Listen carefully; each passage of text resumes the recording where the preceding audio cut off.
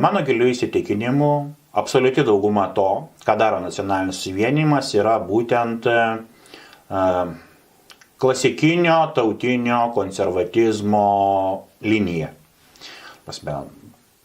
Ar tai būtų migracijos klausimas, ar tai būtų šeimos vertybės, ar pagarba žmogaus gyvybė, visa tai būtų kaip ir neblogai, bet yra pora dalykų, kurie trukdo. Vienas dalykas, kuris trukdo išskirtinai nacionaliniam susivienijimui ir trukdo, tarkim, man balsuoti už jį.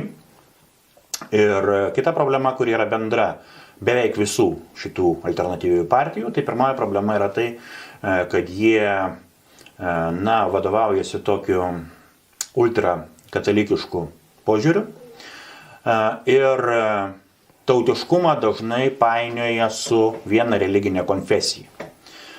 Man sunku pasakyti, kiek tai yra religinio fanatizmo fenomenas, o kiek tai yra paprasčiausias pragmatizmas, žinant, kad absoliuti dauguma Lietuvos tikinčių yra būtent katalikai ir sąmoningas pasirinkimas marginalizuoti kitų tikėjimų Lietuvos piliečius.